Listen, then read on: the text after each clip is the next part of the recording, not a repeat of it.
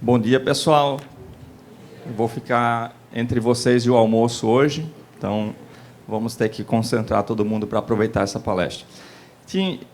Todo mundo aqui estava escutando a palestra do Ricardo Amorim hoje, de manhã. O que vocês acharam? Legal? Ele deu a deixa para a gente aqui começar com esse tema, né?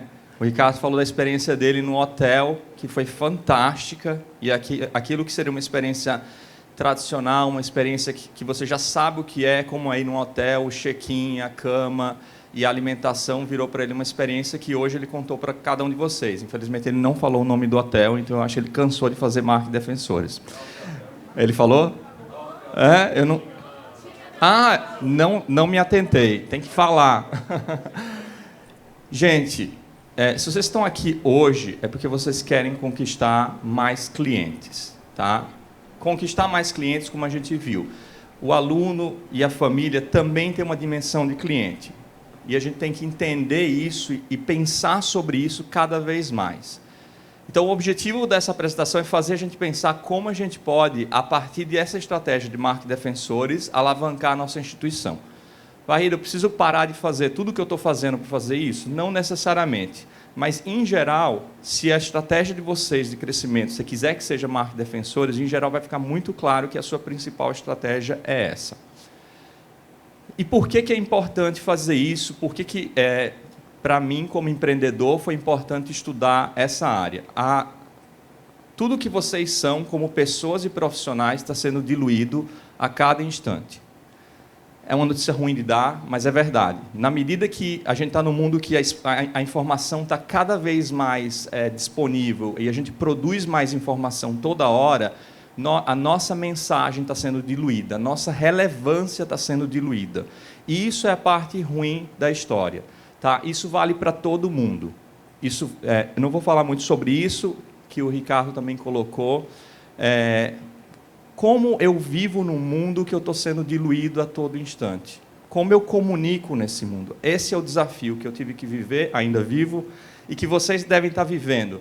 Mas é bom colocar dessa forma, então eu tenho que ser mais relevante do que antes. Então, se eu conseguir a mesma coisa do passado hoje, é muito bom, porque eu estou sendo diluído dessa forma.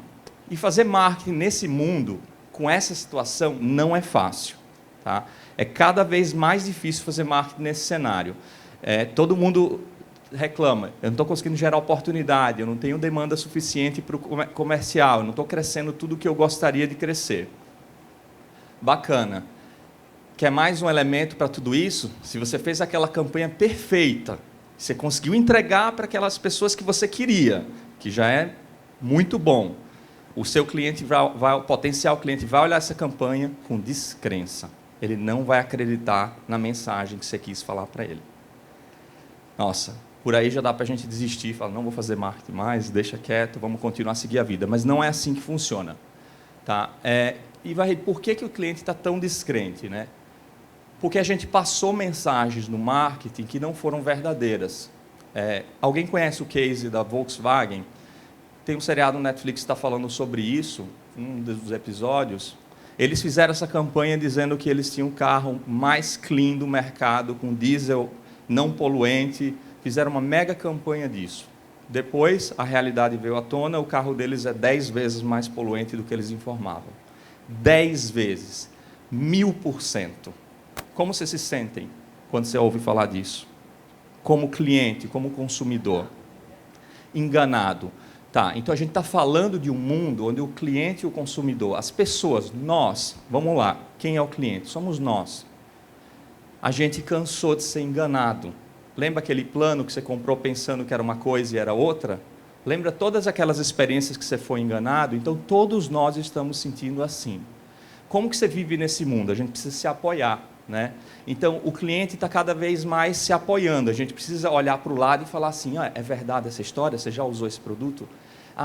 É bom mesmo? E tem as redes sociais, tem o WhatsApp. Quem aqui tem grupo de mães do WhatsApp na escola de vocês? Só ela ali. Então, vou mandar umas mães nas outras escolas aí para vocês, ensinar como fazer esses grupos. Então, o cliente troca experiências positivas e negativas em rede social. Isso dificulta tudo. Né? E também, vitórias, né? Eles estão mais unidos. Então, quando você consegue fazer uma coisa bacana, você compartilha esse case para todo mundo. Enfim, chegamos aqui realmente a falar como que a gente faz marketing nesse mundo, nesse cenário. Esse é o pano de fundo. Como que eu vim... legal falar assim, esse desafio é igual para todo mundo. Tá? Quem está do lado de você tem o mesmo desafio que a gente, que eu, todo mundo está vivendo no mesmo mundo.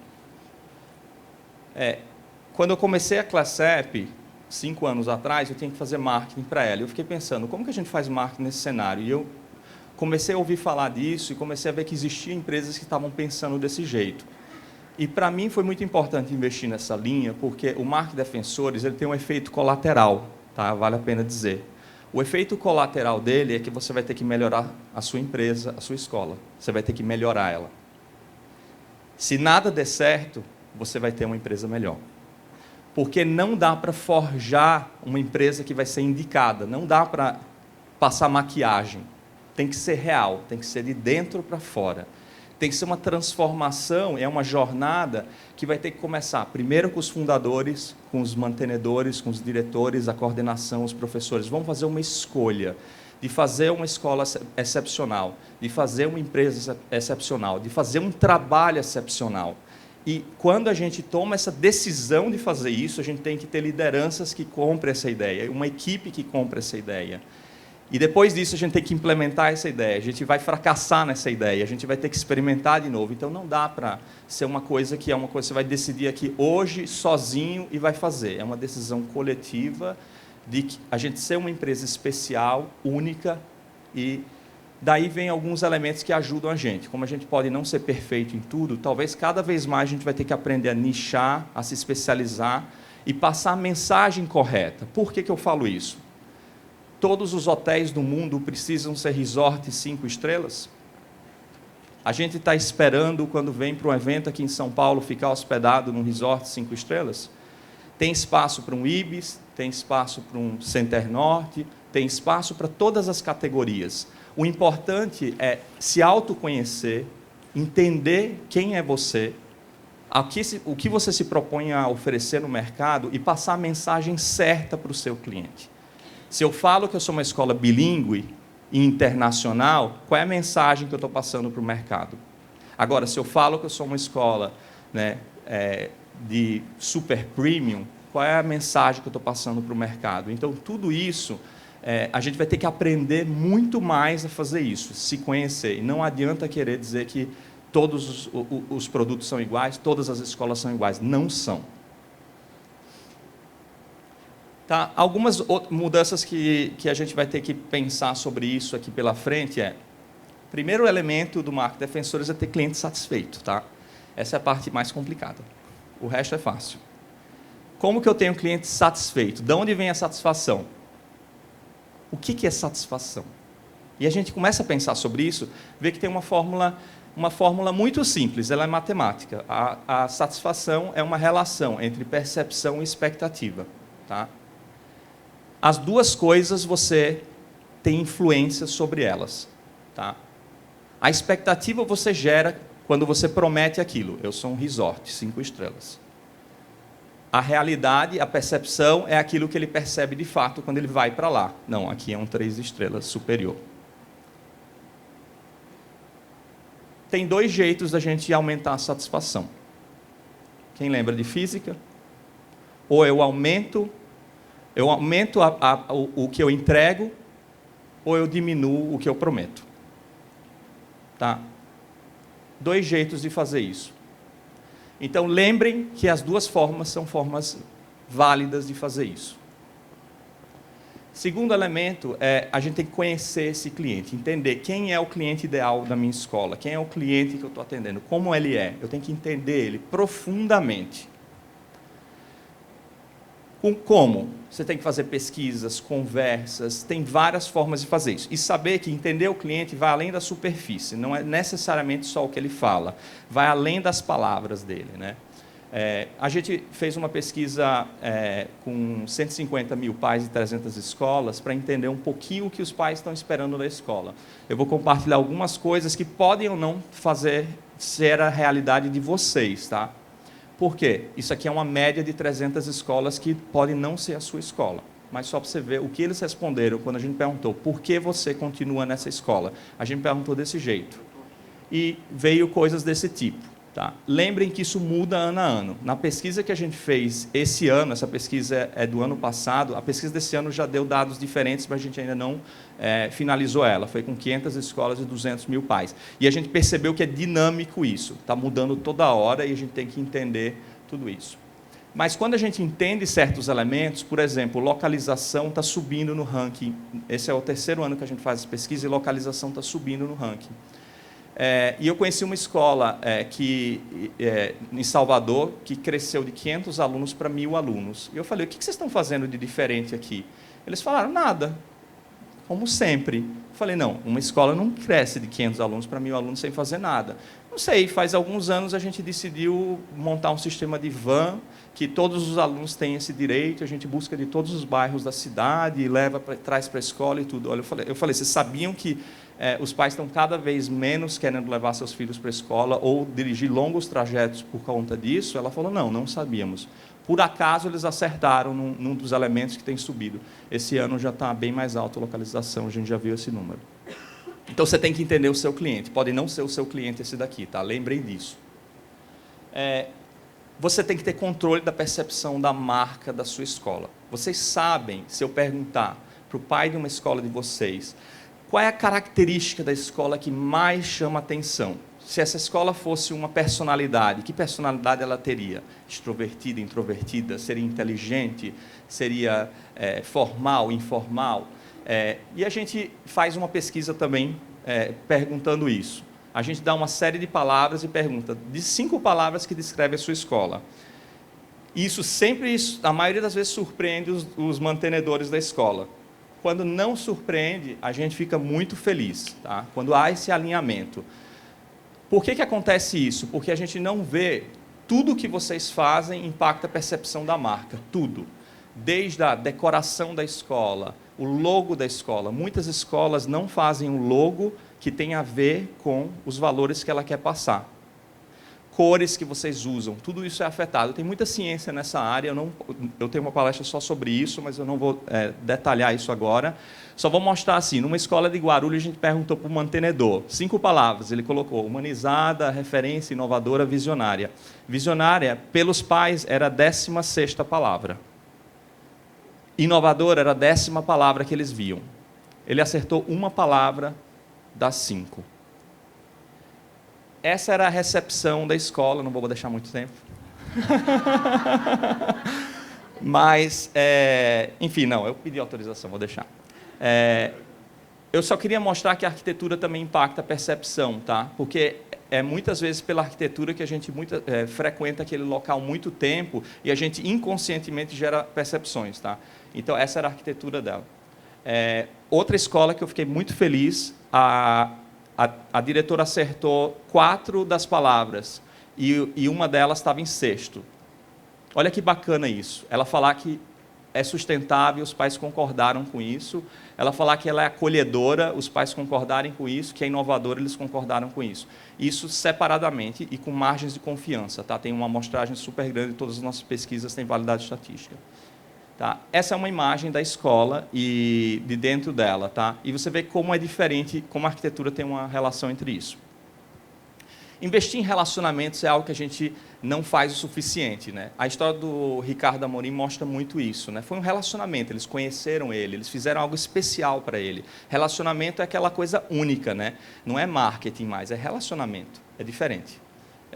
Pensem nisso, né? Investir na equipe também é algo que a gente não vê como marketing.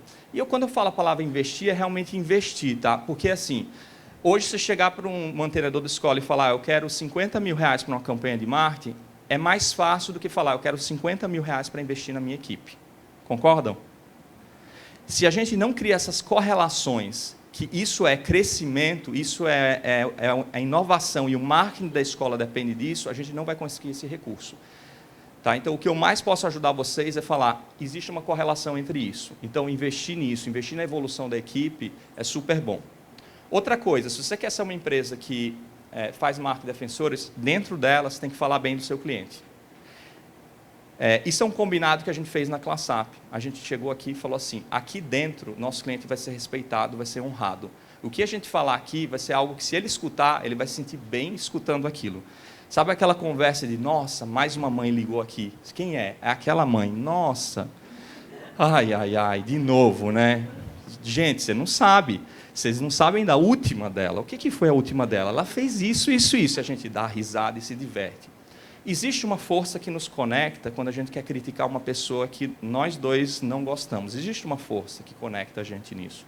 Mas existe uma força muito maior quando a gente fala assim, aqui a gente vai fazer uma empresa que os nossos clientes vão se sentir honrados de estar aqui. E a gente sente a energia daquele lugar quando a gente entra nele. É um lugar sagrado, né?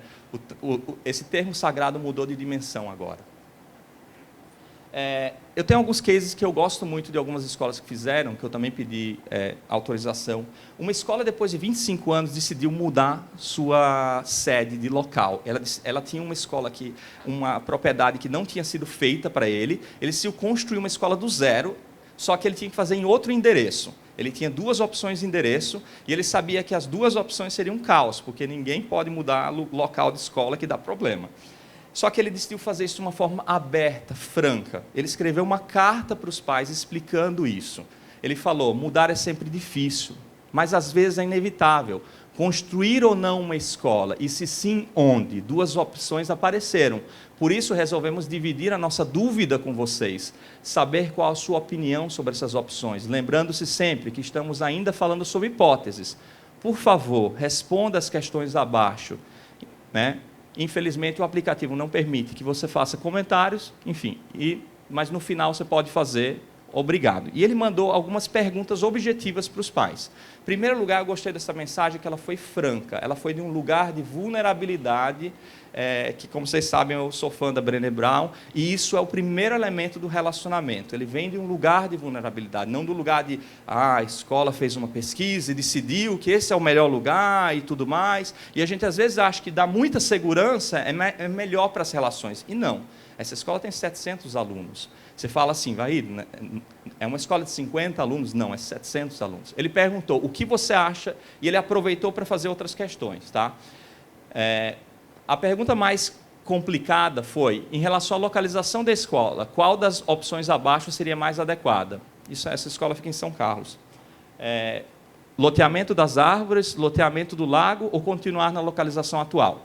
Vejam que a maioria preferiu que mantesse na localização atual, 39%, 185 respostas. Tá? Ele foi muito inteligente, que ele fez uma outra pergunta em seguida. Se eu tiver que tomar uma decisão de fazer a escola no bairro da Árvore, quem de vocês fica, quem vai embora? E se eu tiver que fazer uma decisão pelo lago, quem de vocês fica e quem vai embora?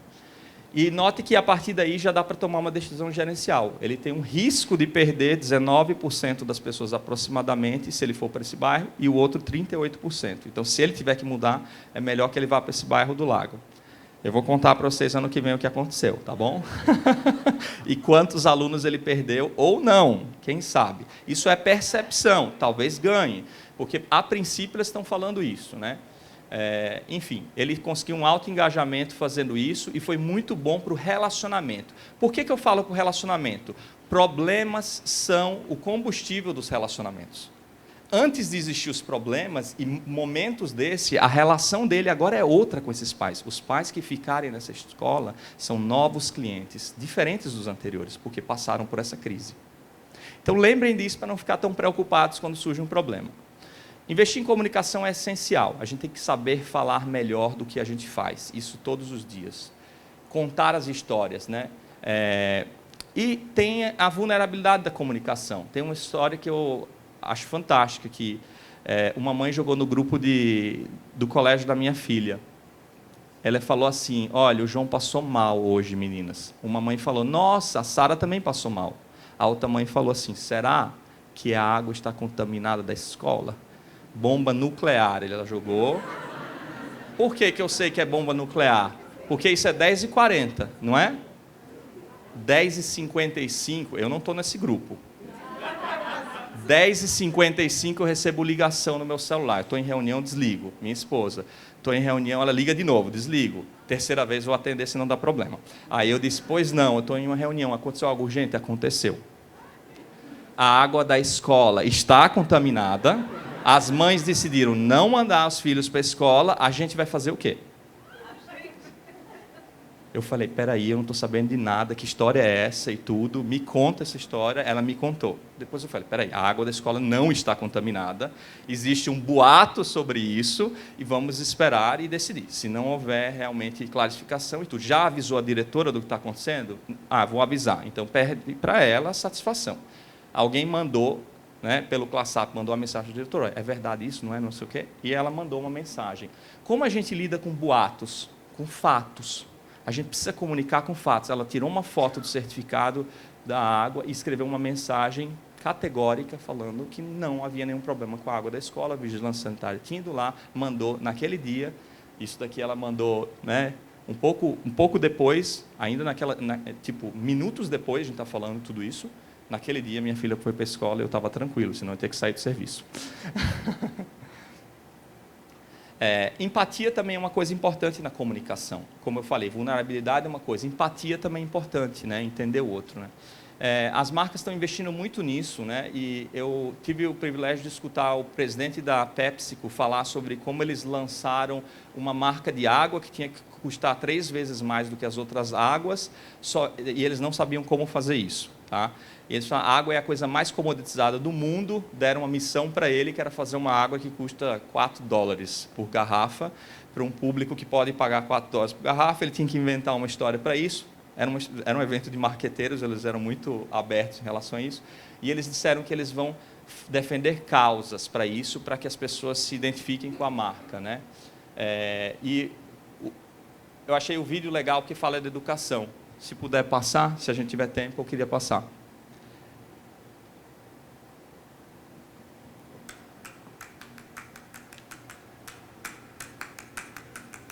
Science, social studies, History, math, science. math, science, Math. Science, technology, engineering, mathematics. Science. Math, you have to, like, study every day. Didn't take art at all. Art wasn't necessarily a huge focus. The last time I had an art class was in 5th grade, which was 2 years ago.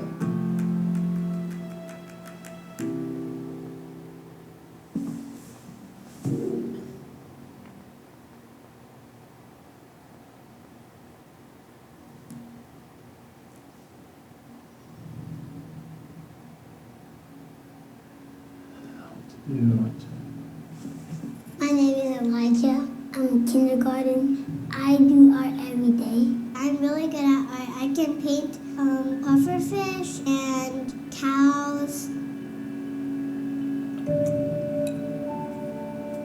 We do less art in 2nd grade than kindergarten. I want to be a shoe designer, but art is a side activity. At my old school, it was very much about getting you ready for standardized tests and doing your homework and fitting you in this box, and I fully fell into that. So 2nd grade and 1st grade, you kind of need to get serious, and kindergarten, you can pretty much be like your own self.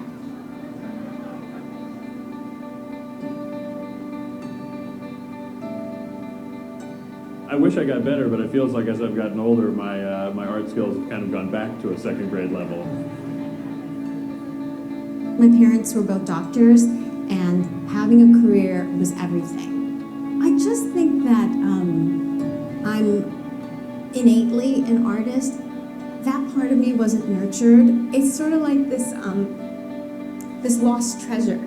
To be on this planet and not fully give of myself and my talents and my gifts, I think that would be the saddest thing. So I got to go to this school that fully integrates art into their curriculum and just values it in general. My improvement in art has made me better at almost all of my other subjects because I'm much more interested in them. If I had done more art and focused more on that, I think I would have progressed so much more as a scientist. You can have the facts as a scientist, but Without art, you can't put it together. You're stuck. You can't move anywhere. There's no progression in science. The world would still be flat. Are you going to help me? Really? Okay. Starting with stick figures? My teacher told me we would have art class, so I was so excited for that. I was like gonna cry.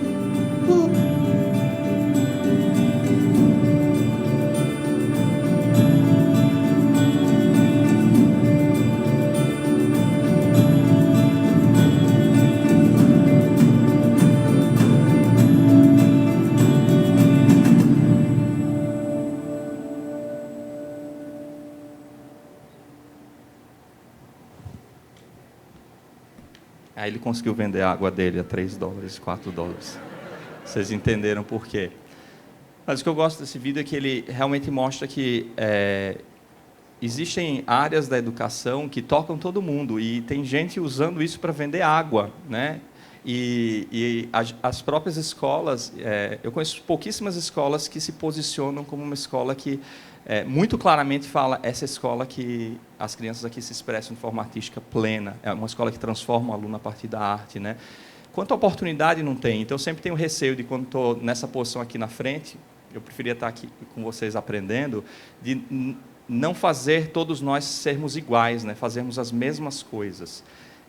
E o desafio que cada um de vocês tem é olhar para a escola de vocês e ver o que é única na escola de vocês, que podia ser amplificado.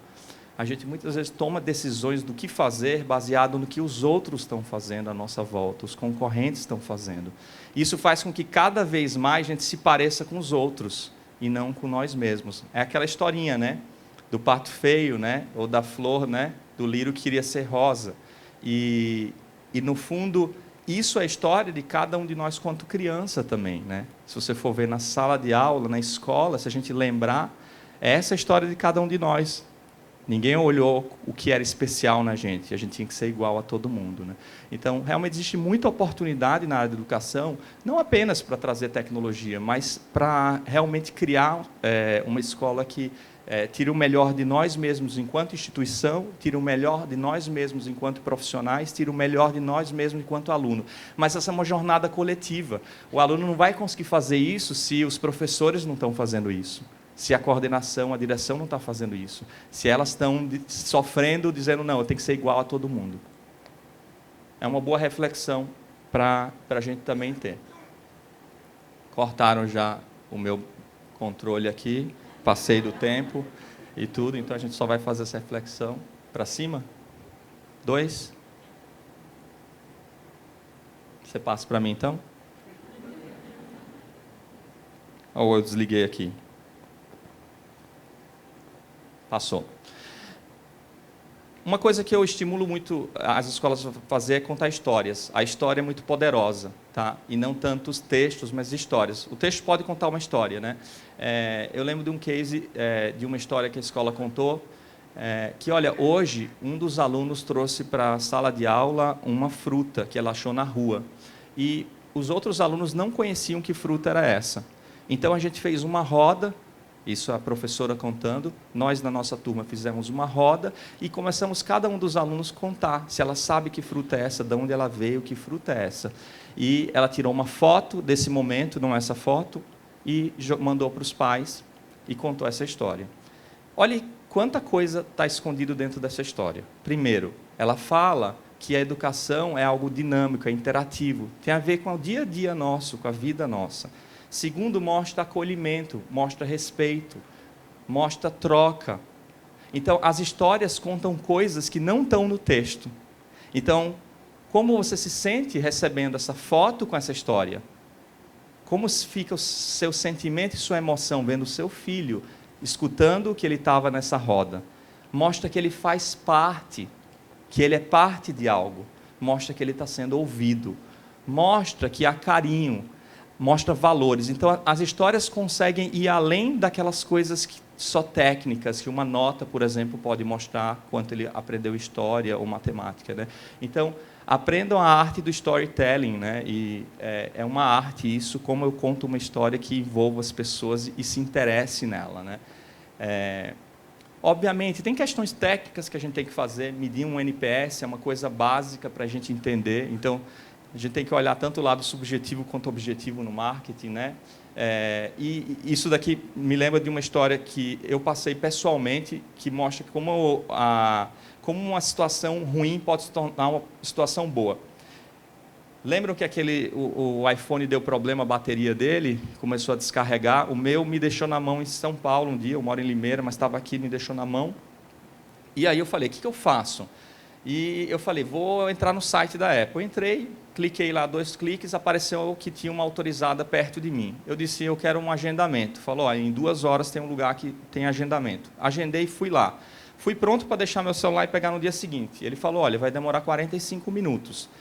Tem um problema na bateria, a gente pode trocar ela. Eu falei, 45 minutos eu espero. Ele trocou a bateria, estava novinho, paguei um preço que eu achei ok para autorizada, fui embora. Recebi uma mensagem no meu celular.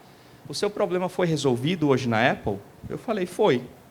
Eles perguntaram em seguida, você está mais inclinado agora a indicar a Apple, indiferente, ou menos inclinado a indicar a Apple depois desse atendimento? Eu falei, mais inclinado. E aí depois eu fiquei pensando, malditos, deu um problema no meu telefone, eu perdi um tempo resolvendo ele e agora eu estou mais inclinado a falar isso. Então significa que quanto mais der problema na bateria deles, mais eles vão vender. Então eles devem estar fazendo de propósito isso, né? Só para eu ir lá experimentar o serviço deles e indicar mais eles. Olha como o mundo pode ter um outro ângulo tudo, né? Podia ter dito indiferente. Então, talvez alguns dos problemas que acontecem, meu tempo encerrou, talvez alguns dos problemas que acontecem na sua escola, vocês, dependendo de como a gente resolve eles, pode ser uma oportunidade e não um desafio, que eu sei que muitos problemas acontecem na escola, né? Dê valor à sua escola, se você não der, ninguém vai dar. E eu tenho um sorteio que eu vou fazer, a gente está aqui, tem um stand aqui, vão lá visitar a gente, dar um abraço, e a gente está sorteando um ingresso para o nosso evento, o Conecta, que acontece aqui no Expo Center Norte em abril, são 1.500 pessoas. Quem quiser participar do sorteio é só ir no link ali. A gente também está sorteando 6 meses de ClassUp, quem quiser participar. Agradeço a todos e estou aberto a perguntas. Obrigado, Vahid. Temos perguntas já. Pessoal, vocês podem submeter mais perguntas ainda ali no Mente. O ID 880103, as perguntas que vocês submeterem agora, talvez ainda dê tempo da gente passar por elas. Vahid, tem uma aqui. Como conquistar mais clientes em um mercado em que o EAD é desvalorizado e o aluno cliente está cansado de ser enganado com falsas promessas? Esse foi o tema da palestra, né? Tem que entender esse cliente. Então, se você está prometendo um EAD, você tem que prometer o que você consegue entregar com EAD, né? Ensino básico, isso, ensino, enfim, na maioria das vezes ensino superior, mas depende do que você está prometendo. Você tem que ser honesto na sua promessa, do que você está querendo entregar para ele, né? Se você for honesto nisso, há espaço para todos os produtos. Agora, cobrar, por exemplo, por um EAD, o mesmo custo de um produto presencial, pode, às vezes, frustrar. Então, às vezes, no posicionamento de marca, preço é um dos elementos. Então, a gente tem que saber que a gente não pode precificar uma coisa de forma errada, porque isso pode induzir ao erro, né?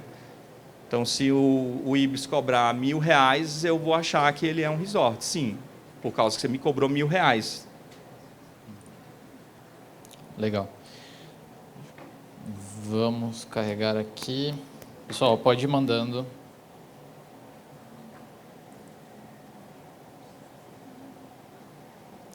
Tem mais uma.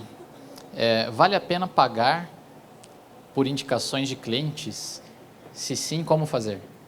A gente já experimentou isso. Assim, não é a base do marketing de defensores, não é isso, tá? A base do marketing de defensores é realmente ter defensores que topem fazer isso sem dinheiro. Porque é natural isso. Se você está feliz com algo, com um produto, você quer falar. Vocês já sentiram essa vontade? Nossa, gente, vai lá, fala com eles, conhece eles, você vai adorar. Então, essa é a base do marketing de defensores. Agora, às vezes, um estímulo é positivo. Quem não gosta de receber um voucher de desconto por indicar e tudo. Então, sim, vale fazer isso. Contanto que você não acha que é isso que é o marketing de defensores. Tem várias formas de fazer, tá? Legal. Esperando chegar. Tem uma aqui chegando. É bom normatizar isso. Quando você faz alguma coisa disso, para não parecer injusto com outras pessoas que são clientes, é bom você criar uma norma para isso e documentar. Tá?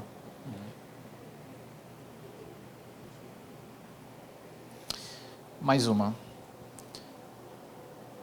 Conheço muitas escolas que são fechadas em relação a novas parcerias. Como começar a incentivar esse tipo de trabalho? Parcerias de indicação de alunos do Fundamental 1 para o Fundamental 2, esse tipo de coisa. De fato, é importante ter parcerias comerciais, né, entre instituições. Eu acho que conhecendo escolas que já fazem parceria é mais fácil elas conhecerem, né, indicarem umas às outras e tudo. Né? Eu não saberia dizer como estimular mais parcerias nesse sentido. Mais uma. Como fazer um marketing para a escola de reforço? Quais são os primeiros passos? Perfeito. Eu acho que os fundamentos são os mesmos do marketing de defensores. Se o aluno que passou pelo reforço, ele está tendo um desempenho muito bom, ele está feliz, a família dele está feliz, a escola percebeu isso e tudo, pegar relatos, a gente pode pegar relatos disso, vídeos, testemunhos, e pedir para eles, né, se podem indicar, divulgar esses relatos. Então, a gente trabalha no marketing de defensores em dar transparência para aquilo que é belo, né? Dar cada vez mais transparência para o que você faz, e não tentar vender outra coisa que não é a realidade de você. Então, se o reforço dele é muito bom em uma área, trabalhar aquele ponto. Vamos lá. Ninguém aqui quer almoçar, pode seguir. É igual quando está acabando a aula. Acho que acabamos o tempo. Pessoal, Liberado, pessoal. Estou aqui na frente, pra... aqui. Se alguém quiser mais trocar uma ideia, estou aqui disponível. Obrigado, Vahid. Um abraço.